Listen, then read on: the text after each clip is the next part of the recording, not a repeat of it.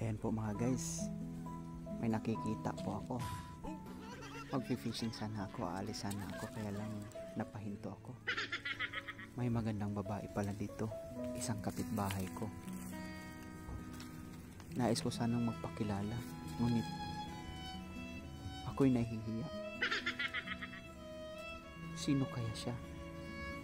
Parang isang Pilipina, dalagang Pilipina.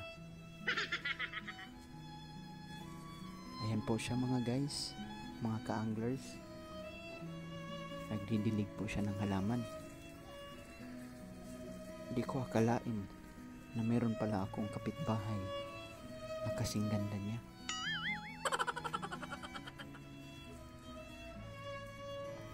Tuluyan ko na yatang iiwan ang aking pag-fishing. Andun na siya mga guys. Pumasok na siya.